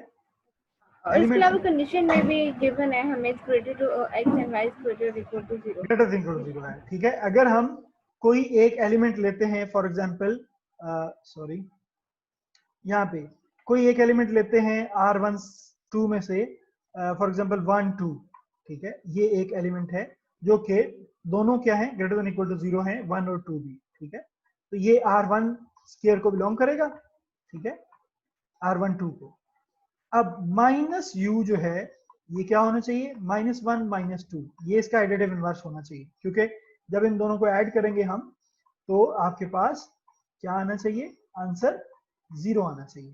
तो इन दोनों को ऐड करने से आंसर 0 आ रहा है, यस 0 आ रहा है, लेकिन ये element, this element does not belongs to R12, R1 स्क्वायर, ठीक है। तो इस सेट में इनवर्सेस एग्जिस्ट नहीं करते under the given usual boundary operations. तो अगर इसमें इनवर्सेस एग्जिस्ट नहीं करते तो ये क्या होगा, we stop it proving these properties and we simply say that since the fifth property is not satisfied, ठीक है, क्योंकि एडिटिव इनवर्सेस इसमें R1 स्क्वायर में नहीं है, तो we stop here and we say that the given set R12 R1 square is not a vector space, ठीक है। ये प्रॉपर्टी भी होल्ड नहीं करती। अगर हम छठी प्रॉपर्टी को वैसे चले देखते हैं, ठीक है, तो 6 प्रॉपर्टी भी होल्ड नहीं करती। क्यों? 6 प्रॉपर्टी क्या है, it's a closure property under the scalar multiplication, ठीक है। अगर कोई भी एलिमेंट लेते हैं हम u R1 स्केलर में से, और c कोई भी स्केलर होना चाहिए, ठीक है। अगर हम इस c स्केलर को नेगेटिव रियल नंबर ले लेते हैं तो -3 टाइम्स u ये भी R12 को R1 स्केयर को बिलोंग नहीं करता, तो छठी प्रॉपर्टी भी सेटिस्फाई नहीं करती, ठीक है। इसलिए जो गिवन सेट है वो वेक्टर स्पेस नहीं है, ठीक है। ये वेक्टर स्पेस तब होगा जब all the 10 properties will be satisfied, ठीक है। I hope you understand it. If you have any question you can ask me. Another example, you try it yourself, उसी तरह की एग्जाम्पल है, except that जो सेकंड कंपोनेंट है वो 3x के इक्वल है, ठीक है। तो इसको ट्राई कीजिएगा, बहुत इजी एग्जाम्पल है। I give you this example as an exercise. Next देखते हैं, यहाँ पे ये वाली एग्जाम्पल बहुत इंटरेस्टिंग है, ठीक है। इसमें आप देखेंगे कि पहली 9 प्रॉपर्टीज सेटिस्फाई करती हैं, लेकिन जो 10th प्रॉपर्टी है वो सेटिस्फाई नहीं हो रही। 10th प्रॉपर्टी क्या है, 10th property is 1u is equal to u। ये 10वीं प्रॉपर्टी जो है, 10th वाली प्रॉपर्टी इसमें सेटिस्फाई नहीं करती, बाकी सारी की सारी प्रॉपर्टीज जो हैं वो सेटिस्फाई कर रही हैं। 10th प्रॉपर्टी क्या है, 1u is equal to u।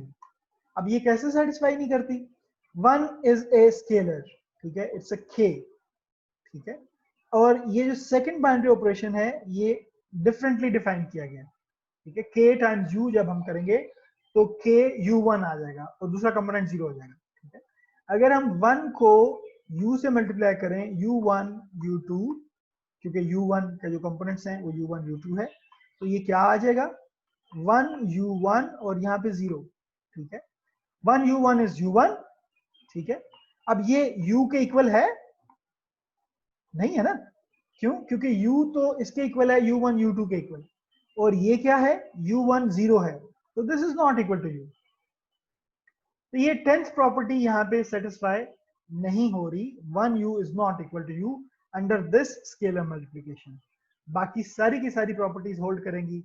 यहाँ पे मैंने आगे इस एग्जांपल में ये प्रूफ की हुई हैं, यू कैन सी देम, ठीक है। I hope you get it. If you have any question you can ask me. Let's see other properties. यहाँ पे देखें, Sir, can you please explain that again?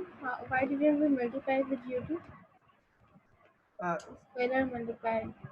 हाँ देखें, यहाँ पे जो स्केलर मल्टीप्लिकेशन है वो इस तरह डिफाइन है कि जब भी हम किसी स्केलर को किसी वेक्टर से मल्टीप्लाई करेंगे तो स्केलर कंपोनेंट 1 से मल्टीप्लाई होगा और कंपोनेंट 2 जो है वो 0 हो जाएगा, ठीक है। ये हमेशा होगा इस सेट के एलिमेंट्स में, ठीक है, इस सेट के एलिमेंट्स में, क्योंकि हमने एडिशन को यूजुअल एडिशन डिफाइन किया हुआ है, लेकिन स्केलर मल्टीप्लिकेशन को हमने डिफरेंटली डिफाइन किया है। This is not usual scalar multiplication, ठीक है, this is defined differently,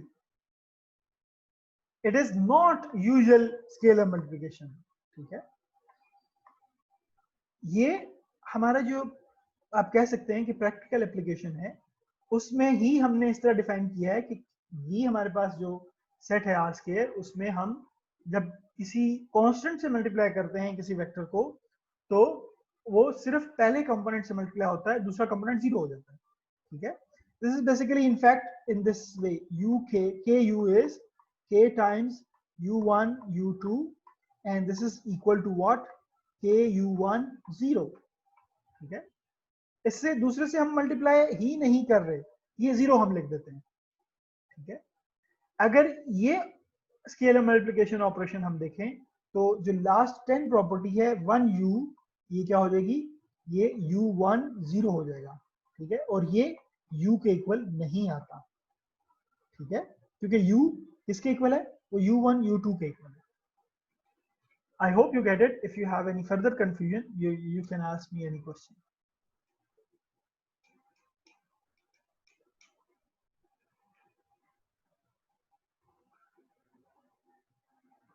ji, chat में कोई क्वेश्चन है? Got it, okay.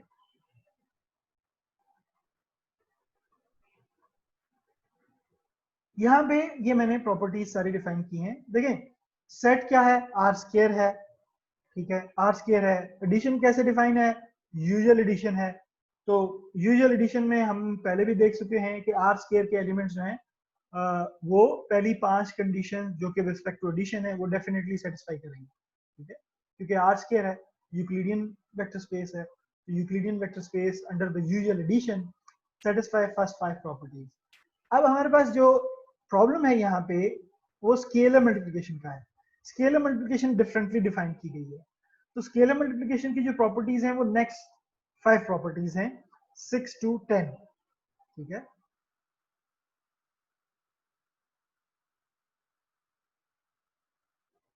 सॉरी, तो हम सिर्फ स्केलर मल्टीप्लिकेशन की प्रॉपर्टीज चेक करेंगे, मैंने यहाँ पे चेक करी है, लेकिन अगर आपको ये एग्जांपल आती है सॉल्व करने के लिए तो आपने सारी 10 की 10 प्रॉपर्टीज सेटिस्फाई करनी है, ठीक है। आपने ये नहीं कहना कि ये यूजुअल एडिशन है और आर स्क्वायर है तो ये ऑब्वियसली सेटिस्फाई करेगा। आपने जब क्वेश्चन आएगा फॉर एग्जांपल क्विज में या एग्जाम में, तो आपने इसको प्रूफ करना है सारी 10 की 10 प्रॉपर्टीज, ठीक है। यहाँ पे मैं just to save the time पहली 5 प्रॉपर्टी को प्रूव नहीं कर रहा, छठी से पहली 5 जो है आप खुद कर लेंगे। 6 प्रॉपर्टी क्या है, इट्स बेसिकली क्रोयर लॉ, अगर किसी स्केलर को किसी वेक्टर से मल्टीप्लाई करें तो उसका आंसर जो है वो आर स्क्वायर में होना चाहिए, उसी सेट वी में होना चाहिए। तो ये बिलोंग करता है, क्योंकि पहले बेशक यहाँ पे के u1 हो, यहाँ पे 0 हो, ये ऑर्डर्ड पेयर है, नीचे 0 भी हो तो ये आर स्क्वायर को डेफिनेटली बिलोंग करेगा, ठीक है।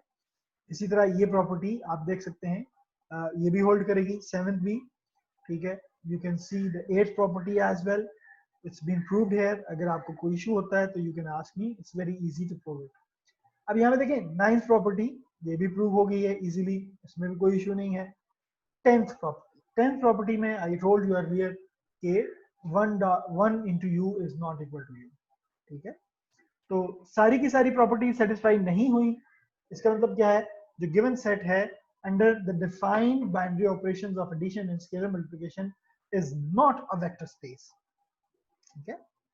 तो ये R स्क्वायर ही है। अब आप मुझसे, आई एक्सपेक्ट के स्टूडेंट सोचेंगे कि R स्क्वायर को तो पहले हमने प्रूव किया था कि ये वेक्टर स्पेस है, अभी R स्क्वायर हमको हम कह रहे हैं कि वेक्टर स्पेस नहीं है। What is the reason of this? जी रीज, can you tell me? Sir because 10th property जो से आपने मुझे बताया कि फॉल्ट नहीं करती, इसमें से वो वेक्टर स्पेस नहीं है, ऑल द 10 प्रॉपर्टीज फॉल्ट। नहीं, पहले हमने कहा R स्क्वायर जो है वो वेक्टर स्पेस है, अभी हम कह रहे हैं कि R स्क्वायर वेक्टर स्पेस नहीं है। What is the reason? What is the different in these two things?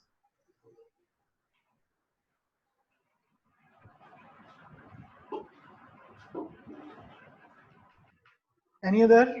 Maybe Bakhtabar, Shoaib, Ali, anyone? पहले हमने कहा कि R स्क्वायर, पिछले लेक्चर में R स्क्वायर वेक्टर स्पेस है, यहाँ पे हम कह रहे हैं कि R स्क्वायर वेक्टर स्पेस नहीं है। क्या डिफरेंस है, क्यों नहीं है यहाँ पे और वहां पे क्यों था? Anyone?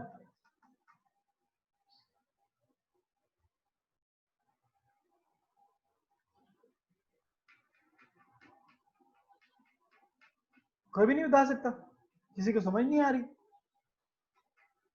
Why are you quiet? अगर किसी को समझ नहीं आ रही तो you can ask me any question. You can, if you have any question. Sir जो 10th प्रॉपर्टी है वो आपकी सारी प्रॉपर्टीज वो फुलफिल नहीं हो रही, तो फिर वो वेक्टर स्पेस में नहीं लायक करेगा। मैं ठीक है, आई एक्सेप्ट कि 10th प्रॉपर्टी सेटिस्फाई नहीं हो रही, लेकिन पहले हमने कहा था कि R स्क्वायर वेक्टर स्पेस है, अभी हम कह रहे हैं R स्क्वायर वेक्टर स्पेस नहीं है। क्यों नहीं है भाई? 10 प्रॉपर्टी के अलावा छोड़ दें। Sir I don't know. Arrays ने सही आंसर दिया है। Arrays, can you explain? Please open your mic and Sir, maybe because it satisfies the addition operation but doesn't satisfy the multiplication operation. The reason is the operations, binary operations are defined differently, particularly the scalar multiplication. देखिए, R square को हमने पहले define किया था, उसमें हमने scalar multiplication और addition usual define किए थे, ठीक है, तब वो वेक्टर स्पेस था। अभी R स्क्वायर अगेन हमने डिफाइन किया है, लेकिन इसमें स्केलर मल्टीप्लिकेशन का जो ऑपरेशन है, बाइनरी ऑपरेशन, वो डिफरेंटली डिफाइन किया गया, ठीक है, और डिफरेंटली डिफाइन किया गया जिसकी वजह से 10th प्रॉपर्टी सेटिस्फाई नहीं हो रही, क्योंकि यहाँ पे स्केलर मल्टीप्लिकेशन डिफरेंटली डिफाइन है। This is the reason. और ये जरूरी नहीं है कि अगर स्केलर मल्टीप्लिकेशन डिफरेंटली डिफाइन हो तो वो वेक्टर स्पेस ना हो भी सकती है, नहीं भी हो सकती। हमें ये श्योर है कि स्टैंडर्ड एडिशन और स्टैंडर्ड स्केलर मल्टीप्लिकेशन के अंदर R स्क्वायर वेक्टर स्पेस है। अगर उन स्टैंडर्ड एडिशन और स्टैंडर्ड स्केलर मल्टीप्लिकेशन को हम चेंज करते हैं, उसकी डेफिनेशन को, तो वी आर नॉट श्योर कि R स्क्वायर वेक्टर स्पेस होगी या नहीं होगी। जैसे कि इस एग्जांपल में हमने स्केलर मल्टीप्लिकेशन को डिफरेंटली डिफाइन किया, तो R स्क्वायर जो है वो फिर वेक्टर स्पेस हमने यहाँ पे प्रूव किया है कि वो नहीं है वेक्टर स्पेस। आई होप आपको समझ आ गई होगी। अगर still if you have any confusion you can ask me.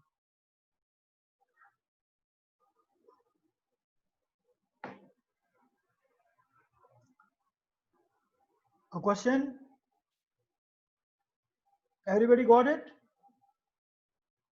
Okay, then let's move forward. यहाँ पे ये एग्जांपल, इस बाइनरी ऑपरेशन को हमने पहले भी डिस्कस किया था, ठीक है।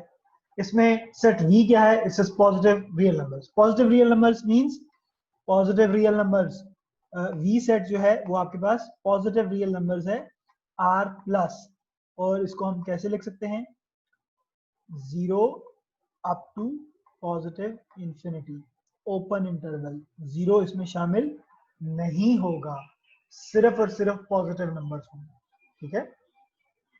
तो V आपके पास ये एक सेट है, ठीक है, और K स्केलर होगा, वो भी R को बिलोंग करेगा। अब हमने ये प्रूव करना है कि with the given vector addition defined by this and the scalar multiplication defined by this, हमने ये प्रूव करना है कि ये वेक्टर स्पेस है या नहीं, ठीक है। अगर वेक्टर स्पेस है तो ये 10 की 10 प्रॉपर्टी सेटिस्फाई करेगी, अगर वेक्टर स्पेस नहीं है तो ये सेट जो है ये कुछ प्रॉपर्टीज को सेटिस्फाई नहीं करेगा। हमें सिर्फ एक प्रॉपर्टी चाहिए जो कि सेटिस्फाई नहीं करती। अगर एक मिल गई हमें तो हम कहेंगे वेक्टर स्पेस नहीं है, अगर 10 की 10 प्रूव हो जाती है तो ये वेक्टर स्पेस होगा, ठीक है। तो let me discuss couple of properties in this set. उसके बाद हम I will request you to prove other properties yourself. For example, पहली प्रॉपर्टी क्या है कि ये क्लोजर लॉ होल्ड करता है। अगर हम कोई से दो एलिमेंट्स लें, if u v belongs to v, ठीक है, तो u प्लस v ये v को बिलोंग करेगा या नहीं, हमने ये प्रूफ करना है, ठीक है। हमने प्रूफ क्या करना है यहाँ पे, सबसे पहले आप ये देखा करें कि हमने प्रूफ क्या करना है। To prove u plus v belongs to v, हमने ये प्रूफ करना है, ठीक है, ठीक है, हमने ये प्रूफ करना है। अब देखें, एज u प्लस v किसके इक्वल होगा, कोई से दो रियल नंबर्स हैं और डिफाइन कैसे है ऑपरेशन, इस तरह u plus v u into v हो जाएगा। अब अगर दो पॉजिटिव रियल नंबर्स हैं, u v क्या है, ये पॉजिटिव रियल नंबर्स होंगे, मींस u ग्रेटर देन 0 होगा और v भी ग्रेटर देन 0 होगा, ठीक है। अगर दो पॉजिटिव रियल नंबर्स हैं तो उनका प्रोडक्ट क्या होगा, यहाँ पे ये भी एक पॉजिटिव रियल नंबर होगा क्योंकि दोनों पॉजिटिव हैं। अगर ये दोनों पॉजिटिव हैं तो इसका प्रोडक्ट ग्रेटर देन 0 है, तो u v किसको बिलोंग करेगा, r v को बिलोंग करेगा, ठीक है। अगर ये बिलोंग करेगा तो फिर u प्लस v जो इसके इक्वल है वो भी v को बिलोंग करेगा। This is what the logic behind this, ठीक है। तो पहली प्रॉपर्टी जो है वो प्रूफ हो गई, ठीक है। दूसरी प्रॉपर्टी क्या है,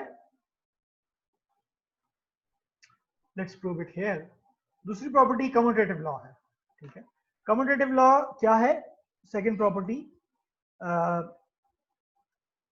if we have two vectors u v belongs to v, तो प्रूफ क्या करना है यहाँ पे, to prove u plus v is equal to v plus u, ठीक है। आप देखें, आप कंसिडर कर लें लेफ्ट हैंड साइड, ठीक है, consider left hand side, u plus v किसके इक्वल है, it is u v according to the definition of addition, ठीक है। इस u इंटू v को दो रियल नंबर्स हैं, पॉजिटिव रियल नंबर्स हैं क्योंकि u ग्रेटर देन 0 है और v ग्रेटर देन 0 है, ठीक है। अगर u v का प्रोडक्ट हम लेंगे तो ये भी पॉजिटिव होगा और इसको हम u इंटू v भी लिख सकते हैं क्योंकि दो रियल नंबर्स जो हैं, पहले 2 इंटू 3 लिखें या 3 इंटू 2 लिखें, आंसर चेंज नहीं होगा। तो इसको हम फर्दर लिख सकते हैं, सॉरी, अब यहाँ पे हमारे पास पहले v है तो पहले v लिखेंगे, फिर u है तो प्लस u लिखेंगे, ठीक है। अकॉर्डिंग टू द डेफिनेशन, हमने रिवर्स डेफिनेशन अप्लाई की, ठीक है। u plus v is equal to u into v, तो u इंटू v क्या होगा, रिवर्स में u प्लस v के इक्वल होगा। तो हमारे पास कम्यूटेटिव प्रॉपर्टी होल्ड कर गई, ठीक है। Similarly you can prove the associative property yourself. अब अगर हम देखें चौथी प्रॉपर्टी, फोर्थ प्रॉपर्टी क्या है, fourth property is identity element, ठीक है। Identity element must exist in V, ठीक है। We need to identify the identity element, ठीक है। आप क्या कह सकते हैं, we need to show that identity element, additive identity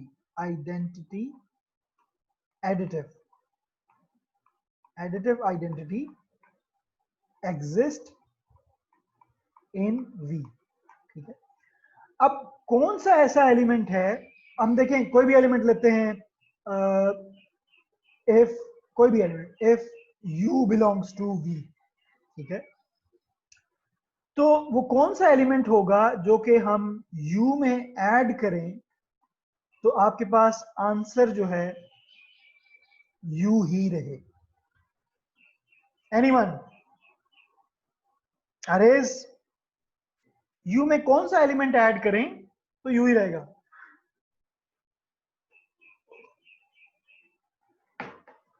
Keep the addition operation in your mind. Yes, Shamir is right, Uzaifa is right, Safan is right. हम u में कौन सा एलिमेंट ऐड करें तो u ही रहे? It is 1. It is not 0. ठीक है, 0 नहीं है। क्यों? क्योंकि अगर हम एडिशन के ऑपरेशन को जहन में रखें तो दो एलिमेंट्स कैसे ऐड होते हैं? u plus v, u plus sorry अगर हम एडिशन के ऑपरेशन को जहन में रखें तो u प्लस v कैसे होता है? It is basically u into v हो जाता है।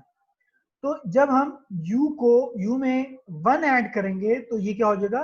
u into 1, which is again u. So what is the identity element? What is the zero element here? It is in fact 1. It is not 0. इसीलिए मैं कहता हूं कि identity element को e से डिनोट करें, 0 से नहीं। 0 से अगर आप डिनोट करेंगे तो आपको कंफ्यूजन होगी कि यहाँ पे सर ने 0 इक्वल टू 1 लिख दिया, विच इज नॉट पॉसिबल।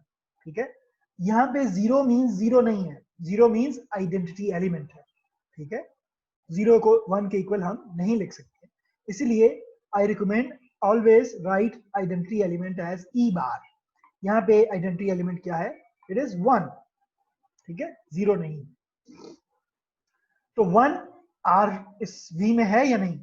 1 होता है ना, पॉजिटिव रियल नंबर है ना, तो 1 R में है। It means identity element exist in R, in V। ठीक है, next is inverse element. It is also very technical.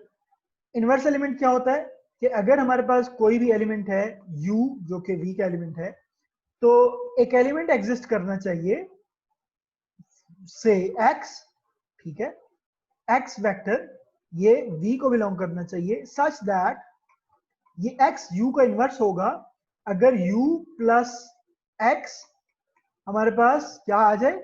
Identity element आ जाए। ठीक है, this is the definition of inverse.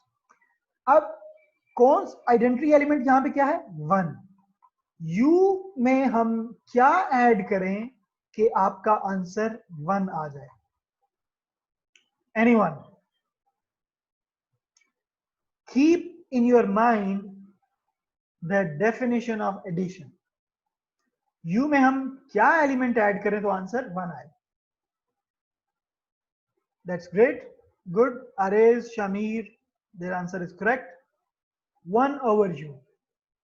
ठीक है, अगर u में हम 1 over u ऐड करेंगे तो एडिटिव आइडेंटिटी आ जाएगी जो कि 1 है। क्यों? क्योंकि by definition u plus 1 by u क्या होगा? u into 1 by u। फिर इन दोनों को कैंसिल करेंगे, you get 1. So 1 over u is the additive inverse of u in this case. जी अदीम, आपका भी आंसर ठीक है। Great, yeah, you people are doing great. If you have any question, other students, you can ask me. You have to keep in your mind the addition operation and scalar multiplication operation. Then you have to decide कि additive identity क्या होगी, inverses क्या होंगे, या बाकी properties कैसे satisfy होंगी। ठीक है, अब देखें ये 1 over u तो होगा, लेकिन 1 over u v को बिलोंग करेगा या नहीं? सिर्फ ये जरूरी नहीं है कि इनवर्स एग्जिस्ट करे, ये भी हमने चेक करना है कि इनवर्स जो है वो v को बिलोंग करेगा, तमाम एलिमेंट्स का इनवर्स। कोई भी रियल नंबर लें, पॉजिटिव रियल नंबर, क्योंकि v क्या है? Set of positive real number है।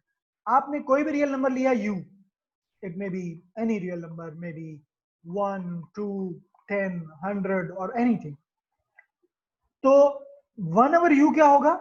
1 over u, ये 1 over u, 1 over 1, 1 by 2 या 1 by 10, तो ये सारे के सारे 1/10, ये सारे के सारे do they belongs to R plus? Yes. सिर्फ इनवर्स एग्जिस्ट करना जरूरी नहीं है, इनवर्स को उस सेट V में बिलोंग करना भी जरूरी है, ये भी आपने चेक करना है, ठीक है। इफ फॉर एनी U, इसकी डेफिनेशन क्या है इनवर्स की? इफ ना आप कहें फॉर ऑल कह दें, for all, so for all U belongs to V, there exist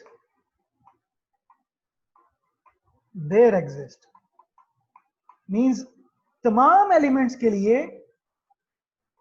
एक एलिमेंट एग्जिस्ट करना चाहिए X, there exists X belongs to V such that U plus X is identity. This is the proper definition. तो जो inverses हैं उसको भी V को belong करना चाहिए, तो ये भी हमने चेक करना है, ठीक है। I hope you get it. If you have any further question, you can ask me. Otherwise, for other properties, I hope you can prove them yourself. Try to prove them. If you face any difficulty, you can ask me questions in the next lecture. Okay. Next example is related to the matrices. Let V be a set of 2 cross 2 matrices. हम n cross n matrices भी ले सकते हैं, rectangular matrices, square matrices of order n, ठीक है। हम rectangular matrices भी ले सकते हैं, m cross n of order, ठीक है। या 2 cross 3 order के rectangular matrices भी ले सकते हैं, 2 cross 4, 1 cross 5, 3 cross 2, 5 cross 2, any order के matrices। V एक सेट है जिसमें तमाम के तमाम मैट्रिसेस जो हैं वो 2 क्रॉस 2 ऑर्डर के, ठीक है। सेम ऑर्डर के मैट्रिसेस एक सेट में आपने लेने हैं, ये नहीं कह सकते कि एक सेट में 2 क्रॉस 2 के भी मैट्रिसेस हैं और 2 क्रॉस 3 के भी मैट्रिसेस हैं, ऐसे नहीं करना, ठीक है।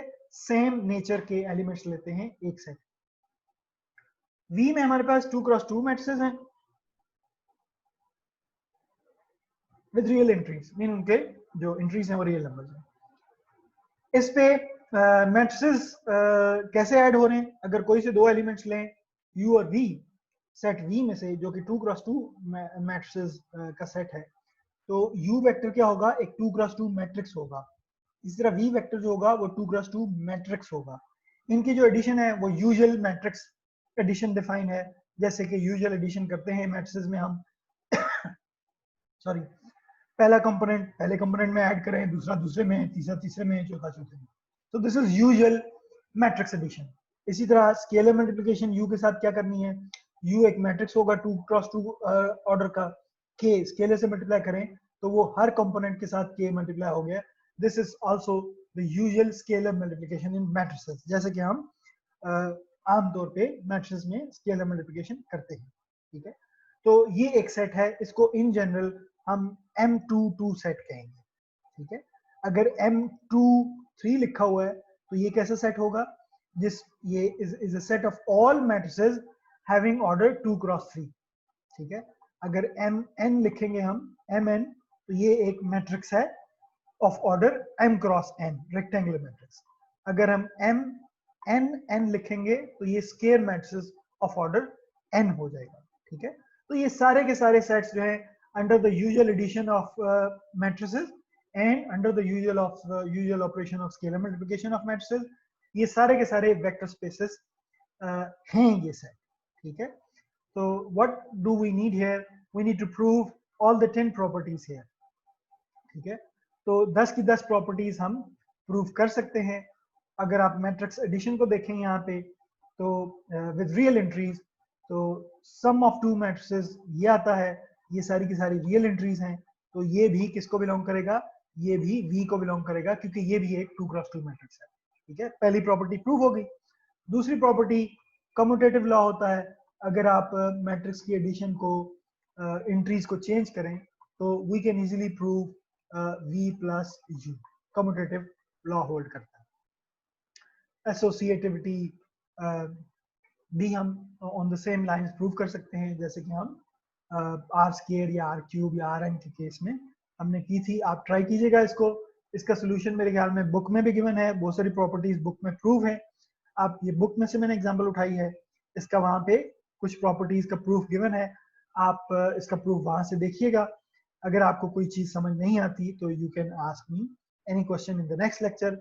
इसकी कुछ प्रॉपर्टीज को हम डिस्कस करते हैं। फॉर एग्जांपल इसमें एडिटिव आइडेंटिटी क्या होगी? Additive identity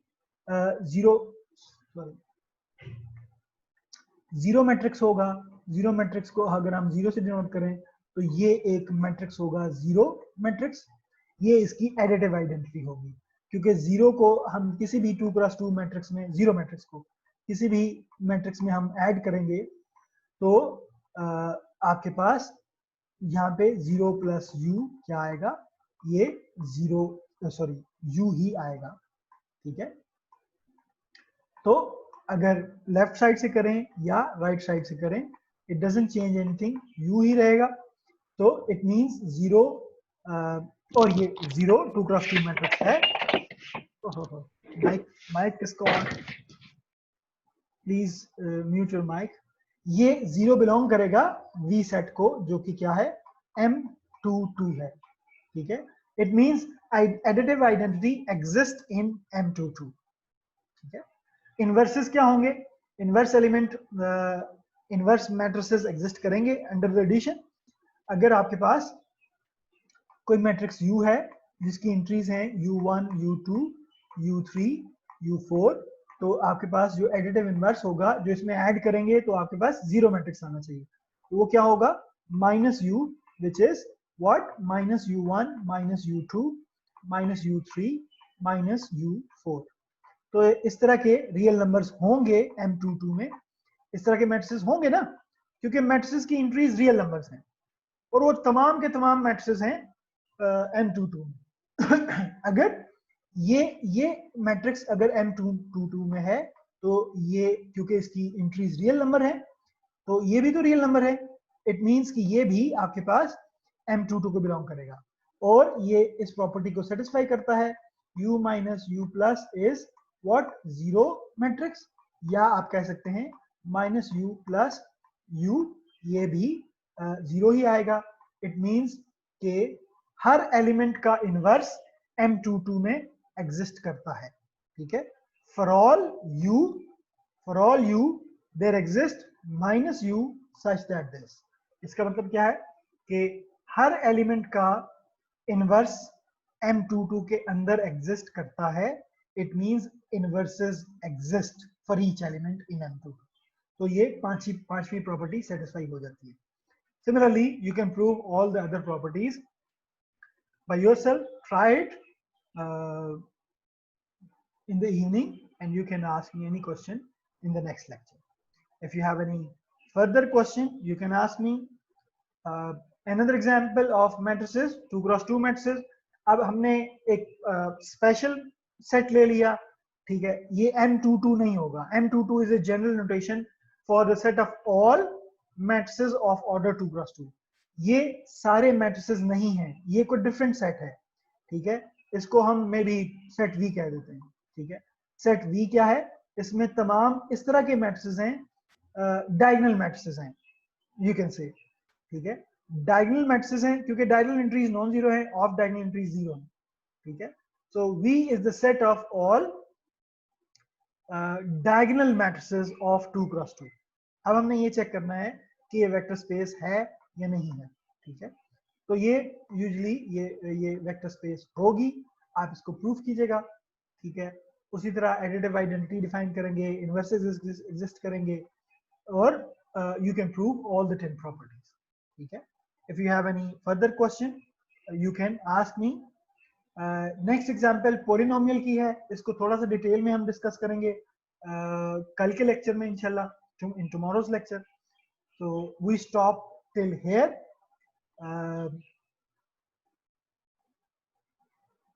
If you have any question you can ask me. Matrices की एग्जांपल तक हम आज के लेक्चर तक स्टॉप करते हैं। तो नेक्स्ट कल हम जो है पॉलिनोमियल की एग्जांपल्स और कुछ अदर, बल्कि ये खत्म ही हो गया है। Let me finish this if you give me few minutes. So I request you, let's finish it and then tomorrow we shall discuss the subspaces. यहाँ पे एक और सेट है हमारे पास V. The set V is what? Is a set of all polynomials of degree less than or equal to 2. Okay? Is a set of all polynomials of degree less than or equal to 2. यहाँ पे V set क्या है? Let me define V. It contains polynomials of degree, you can say 2, okay, such that P2 is a polynomial of degree 2 or less. ठीक है, तो ये किस किस्म का एलिमेंट है? ये इस टाइप का एलिमेंट होगा a2x square plus a1x plus a0. तो ये इस किस्म का सेट है where a2, a1, a0 they are scalars, means they belongs to R. ठीक है, अब अगर इसमें a2 0 हो जाता है, ठीक है, which is possible, तो इसकी डिग्री 1 हो जाएगी. ठीक है, अगर a2 और a1 दोनों 0 हो जाते हैं, ठीक है, a1 भी 0 हो जाता है, तो इसकी डिग्री क्या हो जाएगी? 1. ठीक है, सॉरी 0, अगर ये दोनों 0 हो जाते हैं. ठीक है, तो ये V सेट है, इसमें तमाम पॉलिनोमियल्स हैं जिनके कोफिशिएंट रियल नंबर्स हैं और तमाम के तमाम पॉलिनोमियल्स डिग्री उनकी 2 भी हो सकती है, 1 भी हो सकती है और 0 भी हो सकती है. ठीक है, तो ये एक सेट है हमारे पास सारे के सारे पॉलिनोमियल्स का. अब हमने प्रूव करना है कि ये वेक्टर स्पेस है या नहीं. ठीक है, इसको वेक्टर स्पेस देखने के लिए सबसे पहले हम देखते हैं कि दो पॉलिनोमियल्स को ऐड कैसे करते हैं. यूजुअल एडिशन कैसे होती है या स्टैंडर्ड एडिशन कैसे होती है दो पॉलिनोमियल्स की, और किसी भी पॉलिनोमियल को हम स्केलर से कैसे मल्टीप्लाई करते हैं. ठीक है, तो अगर हमारे पास दो पॉलिनोमियल्स हैं, अगर आप कह दें कि एक p पॉलिनोमियल है, ठीक है, which is a2x square plus a1x plus a0, और दूसरा पॉलिनोमियल है q.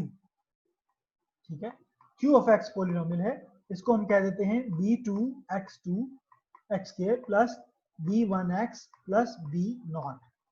तो दो पॉलिनोमियल्स को हम कैसे ऐड करेंगे? p of x plus q of x, ये क्या होगा? जो दोनों ऐड होंगे तो इन दोनों के x स्क्वायर के कोफिशिएंट ऐड हो जाएंगे, a2 plus b2 x square. ठीक है, this is how we add polynomials. Respective powers या सेम पावर्स जो होती हैं x की, उनके कोफिशिएंट ऐड हो जाते हैं. Plus a1 plus b1 times x plus a0 plus b0. ठीक है, this is how we add two polynomials. ठीक है, सो ये इसकी स्टैंडर्ड एडिशन हम किसी भी पॉलिनोमियल की इस तरह करते हैं कि जो सेम पावर्स होती हैं x की, उनके कोफिशिएंट्स को हम ऐड करते हैं. अच्छा, दो पॉलिनोमियल्स को अगर हम ऐड करें तो जो रिजल्टिंग पॉलिनोमियल है वो क्या है? वो भी डिग्री 2 का पॉलिनोमियल है. इसकी डिग्री 2 होगी या उससे लेस होगी. क्यों? क्योंकि अगर a2 या a2 और b2 दोनों 0 हैं तो उसकी डिग्री क्या हो जाएगी? 1 हो जाएगी. अच्छा, ये भी एक पॉलिनोमियल है डिग्री 2 का, तो ये बिलोंग करेगा सेट V को, which is the set of all polynomials of degree 2 or less. तो ये डेफिनेटली बिलोंग करेगा, क्योंकि p प्लस q अगर हम दो पॉलिनोमियल ऑफ डिग्री 2 को ऐड करें तो रिजल्टिंग पॉलिनोमियल भी डिग्री 2 का ही पॉलिनोमियल है, तो ये V को बिलोंग करेगा. ठीक है, अब स्केलर मल्टीप्लिकेशन हम कैसे डिफाइन करेंगे इसकी? अगर कोई एक स्केलर है k, उसको हम p ऑफ x से मल्टीप्लाई करते हैं, तो कैसे होगा? ये k स्केलर जो है वो सारे पॉलिनोमियल की टर्म्स से मल्टीप्लाई होगा. ठीक है, this is how we multiply a polynomial with scalar. ठीक है, plus k times a1x plus k times a0. ठीक है, अच्छा, k को अगर स्केलर को पॉलिनोमियल से मल्टीप्लाई करें तो जो रिजल्टिंग थिंग है वो भी एक पॉलिनोमियल ऑफ डिग्री 2 या लेस है. क्यों? क्योंकि आपका ये एक रियल नंबर है, ये x स्क्वायर है, ये एक रियल नंबर है, ये x है और ये कांस्टेंट है, तो ये भी एक डिग्री 2 का पॉलिनोमियल है. अगर ये डिग्री 2 का पॉलिनोमियल है तो k इंटू p जो है ये भी V को बिलोंग करेगा. ये आपकी 6th प्रॉपर्टी प्रूव हो गई. ठीक है, इसके अलावा हम कम्यूटेटिव लॉ प्रूव कर सकते हैं, associative, by keeping these addition operation and scalar multiplication operation. By keeping these operations in mind, we can prove all the 10 properties of the vector space. आप ट्राई कीजिएगा, अगर कोई इशू होता है तो कल के लेक्चर में हम इसको रिवाइज कर लेंगे, ठीक है? So we stop it here. You can try for the practice question from the exercise set 4.1 page 190, ठीक है? प्रैक्टिस कीजिएगा, डिफरेंट क्वेश्चंस को, डिफरेंट सेट्स को वेक्टर स्पेस प्रूव करने की कोशिश कीजिएगा. अगर कोई प्रॉब्लम होता है आपको तो we shall discuss again in the next lecture. Okay, thank you very much. If you don't have any question, I'm going to end this meeting.